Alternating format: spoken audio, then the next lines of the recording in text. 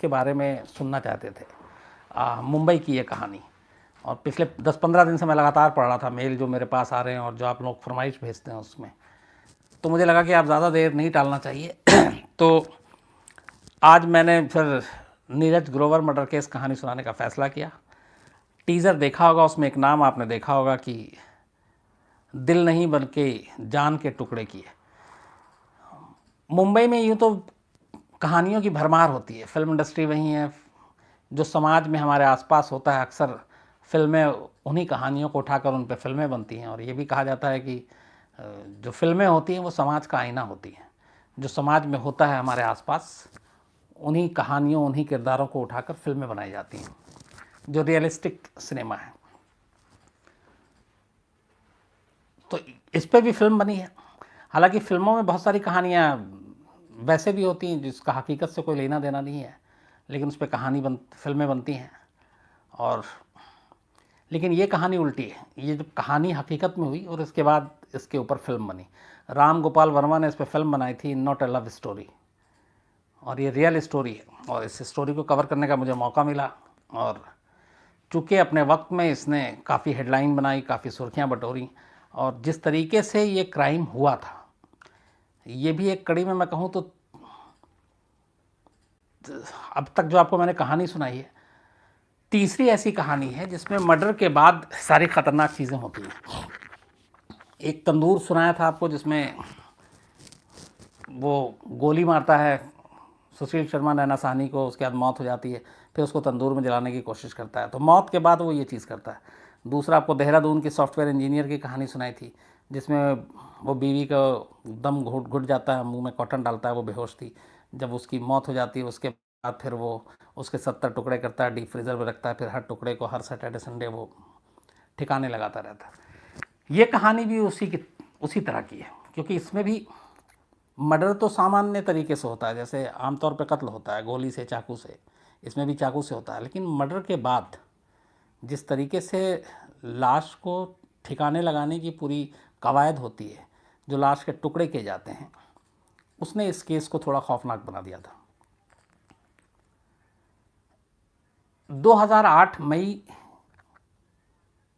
की ये कहानी है, लगभग 10 साल हो गए। इस कहानी के 3 इम्पॉर्टेंट किरदार हैं। एक साउथ इंडियन छोटी मोटी वहाँ पे कन्नड़ फिल्मों में काम किया करती थी और उसको मुंबईया फिल्मों में अपनी जगह बनानी थी, बॉलीवुड की फिल्मों में काम करने की हसरत थी उसकी। करीब 23-24 साल की लड़की मारिया सुसैराज, ये कोच्चि की रहने वाली थी, और कोच्चि में वहाँ पे उधर साउथ में इसने कुछ छोटी मोटी फिल्मों में काम भी किया। और फिर ये मुंबई आती है 2007-8 में, 7 में आती है ये, कि मुंबई में कुछ मॉडलिंग का असाइनमेंट मिल जाए, कुछ फिल्मों में काम मिले, कुछ टीवी सीरियल्स में काम मिले। लेकिन चूँकि ये कोच्चि से थी मारिया, तो इसकी हिंदी बहुत अच्छी नहीं थी, हिंदी बहुत मुश्किल से बोलती थी, इंग्लिश उसकी फर्राटेदार थी। दूसरा कैरेक्टर है जेरोम मैथ्यू। जेरोम मैथ्यू भी कोच्चि का रहने वाला, और बचपन से जिस स्कूल में मारिया पढ़ती थी उसी स्कूल में जेरोम भी पढ़ता था। फिर कॉलेज में भी दोनों साथ गए। चूँकि दोनों क्रिश्चियन थे तो जिस चर्च में ये जाते थे वो चर्च के मेंबर भी दोनों एक ही चर्च के थे, तो स्कूल, फिर कॉलेज, फिर चर्च, हर जगह एक साथ दोनों, और यही दोस्ती फिर उनमें तो आगे चल के प्यार में बदल जाता है।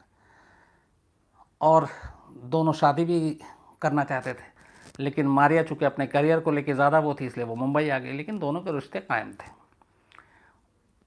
इधर मारिया मुंबई में फिल्म इंडस्ट्री में अपनी किस्मत आजमाने आती है, उधर जेरोम मैथ्यू जो है वो नेवी ज्वाइन कर लेता है, और नेवी में वो सेकंड लेफ्टिनेंट था और अच्छा खासा अफसर नेवी में। 2007 में जब APJ कलाम अपने प्रेसिडेंट हुआ करते थे, तो वो एक बार कोच्चि के दौरे पर गए थे, तो उनकी सिक्योरिटी के लिए नेवी ने 500 जवानों को तैनात किया था, और उन 500 जवानों में एक जेरोम मैथ्यूज़ भी था, और बाकायदा उस मौके पे प्रेसिडेंट के पीछे था खड़ा, प्रेसिडेंट से हाथ मिलाने का भी उसे मौका मिला, और बहुत ही ब्रेव और इंटेलिजेंट अफसर के तौर पे माना जाता था जेरोम मैथ्यू को, कैरियर बहुत ब्राइट था, तो वो नेवी में था। तो बचपन की दोस्ती फिर प्यार में बदलना, फिर उसके बाद मारिया जो है वो अपनी मंजिल की तलाश में फिल्मों मुंबई पहुंच जाती है। मुंबई आकर वो अपना जो हर एक न्यू कमर के लिए होता है वो स्ट्रगल करती है, इधर उधर हाथ पैर मारती है, हर स्टूडियो जाती है, डायरेक्टर के पास प्रोफाइल देती है अपनी पिक्चर सब। ये सिलसिला चल ही रहा था कि 2007 के एंड आते आते एक रोज़ उसकी मुलाकात होती है नीरज ग्रोवर से, जो इस कहानी का तीसरा कैरेक्टर है, तीसरा किरदार है। नीरज ग्रोवर एक टीवी इंडस्ट्री में काम करता था, मीडिया ग्रुप से जुड़ा हुआ था और उसका काम प्रोडक्शन से रिलेटेड था। उस वक्त एक सीरियल आया था, आप में से बहुत लोगों को याद होगा, जो जिसमें शाहरुख खान ने काम किया था, कि क्या हम पाँचवीं पास से तेज़ हैं, शायद यही नाम था उस सीरियल का, क्या हम पाँचवीं पास से तेज़ हैं। ये एक तरह का क्विज़ शो था। तो इस शो के प्रोडक्शन में नीरज ग्रोवर ने भी काम किया था और शाहरुख खान के साथ इस शो में काम करने के बाद जाहिर है नीरज ग्रोवर की भी एक ठीक ठाक पहचान थी। तो उसके बाद वो उसी कंपनी से जुड़ा हुआ था, एक मीडिया हाउस के, और नीरज ग्रोवर का काम ये था कि जो भी नए बाकी प्रोजेक्ट आते थे इस तरह के सीरियल या फिल्मों के लिए, उसमें वो जो एक्टर हैं उनका टेस्ट लेना, उनको आगे रिकमेंड करना, तो ये सारी चीज़ें होती थी। तो नीरज और उसके बाकी जो टीम के लोग थे, ये लोग पहले टेस्ट लेते थे, सारी चीज़ें होती थी, फिर वो आगे बढ़ाया जाता था, जो भी डायरेक्टर प्रोड्यूसर हों। तो नीरज ग्रोवर का एक अच्छा खासा रोल था और एक इम्पॉर्टेंट पोस्ट पे था वो। तो मारिया मुंबई में पहुंच के इधर उधर भटक रही थी, भटकते भटकते एक दिन उसकी मुलाकात नीरज ग्रोवर से स्टूडियो में होती है, वहाँ प्रोडक्शन हाउस में, और वो बताती है कि मैं ऐसे ऐसे वो टेस्ट देने के लिए आई थी, स्क्रीन टेस्ट था उसका किसी एक नए प्रोजेक्ट के लिए। वो टेस्ट नीरज ग्रोवर ले रहा था। तो नीरज ग्रोवर टेस्ट लेता है, बाकी सारी एक्टिंग सारी चीज़ें थी, डायलॉग वायलॉग बुलवाता है, लेकिन मारिया की हिंदी कमज़ोर थी क्योंकि वो साउथ इंडियन थी। टेस्ट के बाद वो उसे बताता है कि बाकी तो सब ठीक है, लेकिन चूँकि सारे यहाँ पे डायलॉग हिंदी में हैं और तुम्हारी हिंदी ठीक नहीं है, तो हिंदी पे तुम काम करो और फिलहाल इस प्रोजेक्ट में तो तुम्हारा मतलब कोई गुंजाइश बनती नहीं है।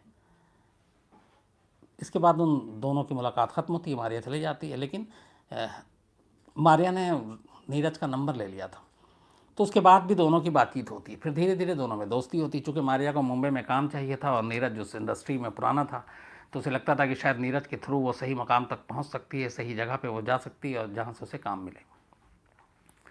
तो इस बीच दोनों की फ़ोन पे बात होती है, फिर मुलाकात शुरू हो जाती है, मुलाकातों का सिलसिला चलता है, कई बार रेस्टोरेंट में इधर उधर दोनों मिलते जुलते रहते हैं। इधर जो जेरोम था मैथ्यू, वो कोची में पोस्टेड था, वो वहीं है, वो लगातार हमेशा फ़ोन पे मारिया के टच में रहता, बीच बीच में वो मुंबई भी आता मारिया से मिलने के लिए। तो ये सिलसिला चलता रहा। तभी 2008 का मई आता है, 6 मई 2008, 6 मई को मारिया मुंबई में एक, जहाँ पे वो अब तक रह रही थी, उस मकान को छोड़कर किसी एक अपार्टमेंट में एक रेंट पे वो फ्लैट लेती है। मारिया ठीक ठाक घर से थी, पैसे वैसे थे उसके पास, तो वो एक अपार्टमेंट में एक फ़्लैट लेती है किराए पे और 6 मई को वो शिफ्ट कर रही होती है। तो जब शिफ्ट कर रही होती थी, चूँकि वो अकेली थी, नीरज से तब तक उसकी बहुत दोस्ती हो चुकी थी, तो वो नीरज से कहती है कि मेरी घर शिफ्ट करने में मदद करो। नीरज मान जाता है। उसके बाद दोनों घर शिफ्ट करते हैं। 6 मई की शाम, रात हो जाती है, शिफ्ट करते करते करीब 9 बज चुका था टाइम। ठीक 9 से 9:30 के बीच में, तभी जब ये शिफ्ट हो रहा था और नीरज ग्रोवर मारिया के साथ उसके नए उस अपार्टमेंट में था जिसने उसे अभी अभी किराए पे लिया था, तभी मैथ्यू का कोच्चि से मारिया के पास फ़ोन आता है। दोनों बात कर रहे थे नॉर्मल, पर बातचीत के दौरान अचानक मैथ्यू को लगता है कि घर में कोई तीसरा है, क्योंकि उधर से नीरज भी कुछ बात कर रहा था और वो शायद बीच में कुछ पूछ रहा था मारिया से, तो और उसे इस बात का एहसास भी नहीं था कि सामने वाला फ़ोन पे उसके बारे में कुछ और सोचेगा, शक करेगा। तो जब नीरज बात कर रहा था और मारिया और उधर मैथ्यू एक दूसरे से फ़ोन पे बात कर रहे थे, तो मैथ्यू को आवाज़ सुनाई दी कि इस घर में किसी मेल की आवाज़ है, इसका मतलब है मारिया के साथ इस वक्त घर में कोई है। और रात के 9:30 बज रहे थे, उसे शक होता है, वो पूछता है। तो उसे नीरज के बारे में थोड़ी बहुत जानकारी थी पहले से, क्योंकि मारिया ने भी उसे बताया था कि वो मेरी मदद कर रहा है, ये है और वो है, तमाम चीज़ें। लेकिन मैथ्यू शुरू से थोड़ा सा शक लेकर चलता था मारिया को लेकर, और ये कॉलेज के ज़माने से था। और जब वो मुंबई आई थी तब भी वो कई बार बिना बताए हुए मुंबई पहुंच जाता था अचानक देखने के लिए। तो उस रात भी जब उससे शक हुआ तो उसने पूछा, उसने बताया कि हाँ नीरज है, वो मेरे घर शिफ्ट करने के लिए आया, मेरी मदद कर रहा है इसलिए। तो उसने कहा कि अब रात बहुत हो गई, अब इसे घर भेज दो और बाकी शिफ्ट करना हो तो कल दिन में करना। चूँकि उसको शक था तो मारिया उसको समझाती है, फिर फ़ोन रख देती है। लेकिन नीरज घर नहीं जाता उस रात। शिफ्टिंग के बाद फिर दोनों वहीं घर पे रहते हैं और उसी घर में एक ही रूम में नीरज और मारिया रात को सो जाते हैं। इधर फ़ोन रखने के बाद जेरोम मैथ्यू को यकीन था कि ये नीरज शायद जाएगा नहीं और इसी घर में, और मारिया उससे झूठ बोल रही है, उसको बहका रही है, उसे टाल रही है। शक की वो शुरू से था, तो उसे बहुत तेज़ गुस्सा आया। उसने रात को ही पता किया कि मुंबई की फ़्लाइट कोच्चि से कितने बजे है। तो एक लेट नाइट फ़्लाइट थी, जो इंटरनेशनल फ़्लाइट थी, जो कनेक्टिंग होती है, वो गल्फ़ से या कहीं से आई है। उसके बाद बाकी और किसी एयरलाइंस की फ़्लाइट थी नहीं इतनी रात। तो वो फ़्लाइट थी जो कोच्चि आई थी और फिर कोच्चि से मुंबई जाना था, और वो गल्फ़ में कहीं दुबई या यूएई कहीं से वो फ़्लाइट थी। तो उसने उसी फ़्लाइट से टिकट बुक कराई और उसके बाद 7 मई की सुबह 7:30 बजे ठीक ये एयरपोर्ट उतरता है। एयरपोर्ट पे करीब 6 साढ़े 6 बजे फ़्लाइट लैंड करती है और वहाँ से सुबह सुबह का टाइम था, मुंबई में ट्रैफिक इतना सुबह होती नहीं है।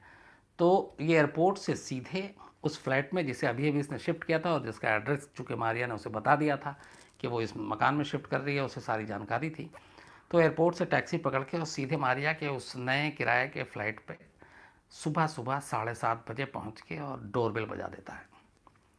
कई घंटी बजती है, दरवाज़ा नहीं खुलता। इधर अंदर घर के मारिया और नीरज सो रहे थे। तो कई बार जब बेल घंटी बजती है तो मारिया की नींद खुलती है। मारिया ये सोच के बाहर आती है कि कोई दूध वाला, पेपर वाला या कोई और होगा, क्योंकि अभी उसने शिफ्ट किया था, अभी उसने काम वाम करने वाले किसी को रखा नहीं था, उसको अगले दिन से ये सारी चीज़ें करनी थी। तो उसे यही था। दूसरा उसे ये भी था कि अभी उसने शिफ्ट किया तो किसी को उसका इस घर का भी एड्रेस तो मालूम है नहीं, तो अपार्टमेंट का ही कोई एम्प्लॉय या कोई ऐसा शख्स होगा। ये उसके दिमाग में चल रहा था और उसने बार बार घंटी बजी, दरवाज़ा खोल दिया। दरवाज़ा खोला तो वो एकदम सन्न सामने जेरोम मैथ्यू खड़ा हुआ है और उसे यकीन नहीं हो रहा, क्योंकि रात बात हुई है 9:30 बजे और उसके बाद उसने कहा है, उसे लगा कि वो सो रहा है। और मारिया समझ गई कि ये सिर्फ शक की वजह से चला आया। अब मारिया को काटो तो खून नहीं।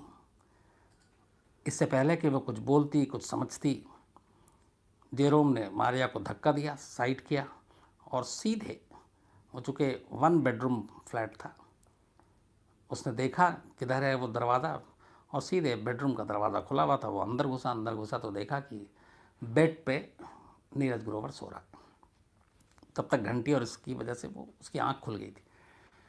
तो वो जैसे ही सामने आमना सामना होता है तो नीरज ग्रोवर भी इसको जानता था, जेरोम को।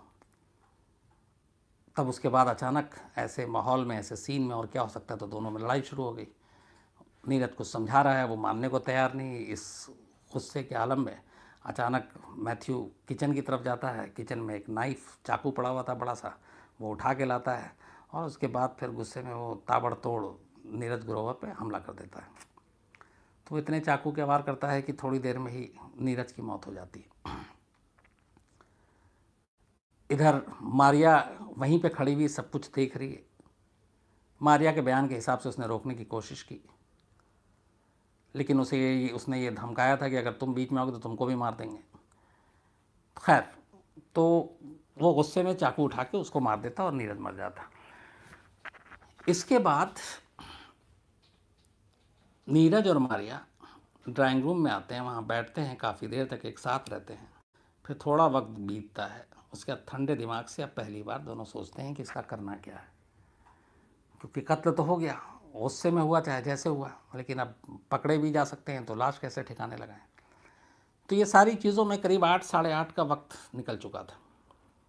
तो ये तब तक बैठे रहते हैं, प्लान करते रहते हैं। उसका जैसे ही 10 साढ़े 10 बजता है सुबह के, तो फ्लैट को लॉक करते हैं, मारिया और जेरोम मैथ्यू दोनों घर से बाहर निकलते हैं। मारिया ने अपने एक दोस्त की गाड़ी भी ले रखी थी शिफ्टिंग के लिए, तो वो कार नीचे थी, कार में बैठते हैं दोनों, सबसे नज़दीक के मॉल में जाते हैं। 10 बजे मॉल खुल चुका था। मॉल में जाने के बाद ये 2 एयर बैग लेते हैं, चादर लेते हैं, बेडशीट लेते हैं, चाकू लेते हैं नया, और ये सारा सामान ख़रीदने के बाद वापस फ्लैट में आते हैं। अब फ्लैट में आने के बाद इस नीरज की बॉडी को दोनों मिलकर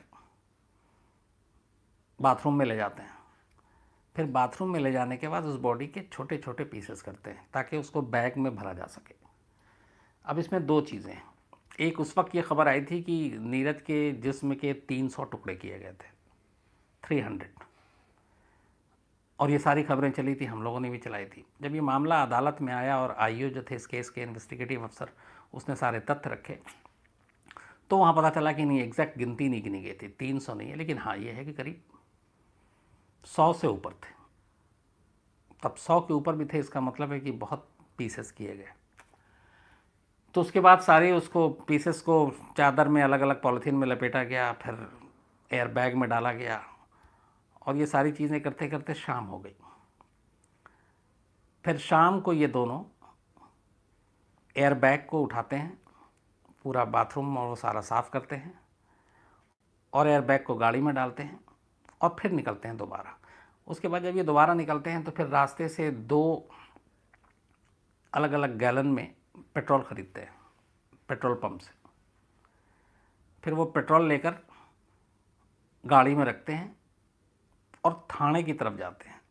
थाने के पास एक आगे चलकर एक हाईवे पे जंगल है, सुनसान इलाका है, तो वहाँ तब तक शाम का अंधेरा भी हो चुका था, लगभग 7 मई की बात है। तो वो हाईवे के पास एक जगह, सुनसान जगह पे गाड़ी रोकते हैं, दोनों एयर बैग बाहर निकालते हैं और दोनों एयर बैग पर फिर ये जो अपने साथ पेट्रोल ख़रीद कर लाए थे वो उस पर डालते हैं, छिड़कते हैं और आग लगा देते हैं। आग लगाने के बाद थोड़ी देर वहीं खड़े रहते हैं। जब इन्हें लगता है कि अब पूरी तरह से धू धू करके जल गया, ये वापस गाड़ी में बैठते हैं, बाकी जितनी भी चीज़ें थी उन सब में भी आग लगा दी और वापस फिर उसी फ्लैट में आते हैं। फ्लैट में आने के बाद अब 7 मई की रात को उसी फ्लैट में दोनों अकेले थे, एक साथ थे, और दोनों उसी कमरे में सोते हैं।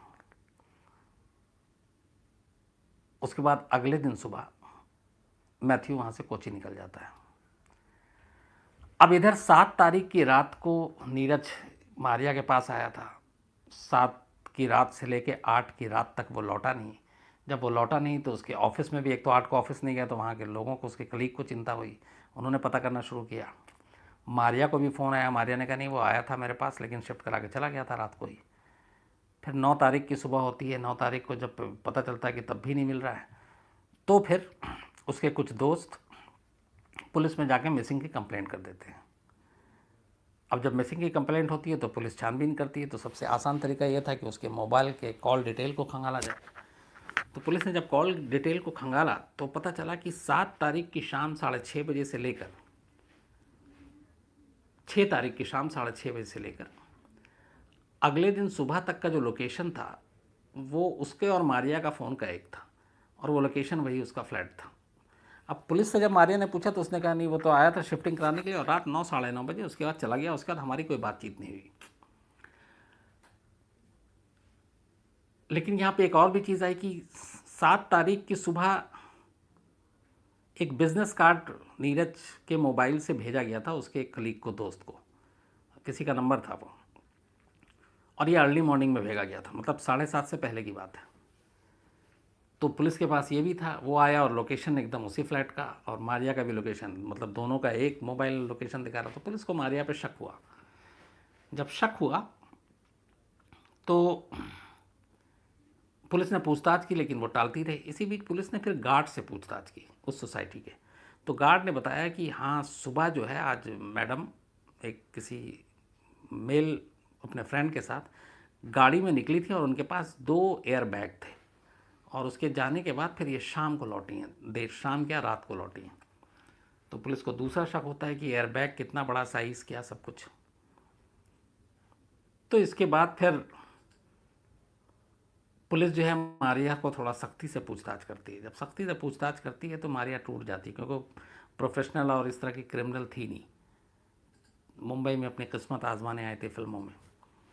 तो टूट जाती है, तो फिर वो सारा सच बता देती है। जब सच बताती है तो इसके बाद पुलिस की एक टीम मैथ्यू को कांटेक्ट करती है कोची में, उसके नेवल बेस के वहाँ के लोगों को ही बताया जाता है। तो वो कहता है कि हमारी ट्रेनिंग है मुंबई में, मैं आ रहा हूँ। लेकिन वो आता नहीं है। फिर पुलिस की टीम जाती है और जेरोम को पकड़ के गिरफ्तार करके लाती है। लाने के बाद अब जैसे ही वो दोनों आमने सामने होते हैं, उसके बाद मारिया उस वक्त बदल जाती है। मारिया सारी चीज़ कन्फेस कर लेती है और वो कहती है कि हाँ, ये जेरोम ने कत्ल किया था और मैंने इसको मना किया, लेकिन इसने मुझे धमकी दी। उसने कोर्ट के सामने एक बालिया बयान दिया और उसने कहा था कि अगर तुम बीच में आओगी तो तुमको भी मार देंगे, तुम्हारा रेप कर देंगे। तो ये सारी चीज़ें थी। तो ये बयान काफ़ी अहम साबित हुआ। हालांकि जेरोम ने हमेशा इस क्राइम से इनकार किया। उसका कहना था कि उस मारिया थोड़ी मेंटली परेशान थी, उसने मुझे कॉल किया था और इसलिए मैं मुंबई आया था सुबह सुबह और अचानक नहीं आया था। तो ये सारी चीज़ें थी। मारिया का इकबाल जुर्म था और उस बयान ने काफ़ी अहम रोल प्ले किया। फिर बाद में मुंबई में यह अदालत ने 2011 में फ़ैसला सुनाया। उस फैसले में, और ये फैसले को लेकर बहुत सारे सवाल उठे हैं, उस फैसले में मारिया को सिर्फ 3 साल की सज़ा सुनाई गई। उसकी वजह ये कहेगी कि ये मर्डर में शामिल नहीं थी, मर्डर किसी और ने किया और वो अचानक गुस्से में हुआ। हाँ, सबूत मिटाने का इल्ज़ाम था, तो उसको सिर्फ 3 साल की सज़ा हुई। 2008 में ये क्राइम हुआ था और 2011 में ये फैसला आया। तो तब तक 3 साल ऑलरेडी मारिया जेल में काट चुकी थी। तब से वो जेल में ही थी जब वो पहली बार गिरफ्तार हुई थी 9 मई को। तो 9 मई से लेकर वो जेल में थी, 8 और 11 में फ़ैसला आता है। तो अदालत उसे 3 साल की सज़ा सुनाती है और कायदे से वो 3 साल से कुछ ऊपर ही जेल काट चुकी थी। तो ये फ़ैसला आते ही कुछ हज़ार रुपये का जुर्माना देकर मारिया आज़ाद हो जाती है। जबकि जेरोम को जो जेरोम मैथ्यू है, उसको अदालत 10 साल की सिर्फ सज़ा सुनाती है, जिसको लेकर नीरज के फैमिली वाले का हमेशा कहना था कि ये इंसाफ नहीं हुआ है। और इसके पीछे अदालत ने तर्क ये दिया कि ये कोई प्री प्लान मर्डर नहीं था, इसमें कहानियाँ थी, इसमें जेलस था और ये गुस्से में अचानक किया गया कत्ल था। क्योंकि जेरोम जो है वो जब घर पहुंचा था तो वो ये सोच के नहीं आया था कि वो कत्ल करने जा रहा है या वहाँ पे नीरज मिलेगा ही मिलेगा, क्योंकि वो अपने साथ कोई हथियार भी लेकर नहीं आया था। पर वहाँ उसने जो सीन देखा और अचानक उसे गुस्सा आया और इसीलिए उसने किचन से नाइफ़ उठाया और उस किचन के नाइफ़ से उसने कत्ल किया। तो जो कुछ हुआ वो गुस्से में हुआ, तो गुस्से में हुआ कत्ल, इसलिए इसको बहुत ज़्यादा सज़ा नहीं दे सकते। तो अदालत ने उसे 10 साल की सज़ा सुनाई। 2008 में क्राइम हुआ था, जेरोम तब उसी वक्त पकड़ा गया था कुछ दिनों बाद। 11 में फ़ैसला आया, फिर ये हाई कोर्ट में मामला गया। अभी हाई कोर्ट के बाद अगर मैं 10 साल के हिसाब से बात करूं तो 8 और ये 18, अब शायद जेरोम जेल से बाहर हो जाएगा या क्या पता अब तक हो भी गया हो। दूसरी तरफ अफसोसनाक पहलू ये था कि जो नीरज की फैमिली वाले थे उनके पास पैसे नहीं थे बहुत, और उनका कहना था कि ये स्टेट का सब्जेक्ट है, मतलब सरकार का काम है कि वो इसे चैलेंज करे हाई कोर्ट में और फिर बाकी अदालत में लड़े, क्योंकि ये सज़ा कम है। बट मेरी इतनी हैसियत नहीं है कि मैं कानूनी लड़ाई अच्छा, वो मुंबई के बाहर गए थे, कानूनी लड़ाई लड़ूँ और वकील करूँ, मैं न मेरे पास पैसे नहीं है, माली हालत ठीक नहीं है और कमाने वाला बेटा इस दुनिया में रहा नहीं। तो वो एक अलग पहलू था। तो कुल मिला के इस वक्त केस ये कि मारिया बाहर तो 3 साल बाद ही हो गई थी। उसके बाद मारिया जब जेल से जिस दिन बाहर आई थी, बाकायदा उसने प्रेस कॉन्फ्रेंस की थी, ये भी एक कमाल था अपनी सफाई में। अभी लेटेस्ट मारिया का ये है कि फिर उसे पुलिस ढूंढ रही थी फ्रॉड के केस में, कुछ कई करोड़ का उसने घपला किया था, लोगों को चीट किया था। तो मारिया उसके बाद भी एक बार वो फ्रॉड के केस में पकड़ी गई थी, फिर छूट गई।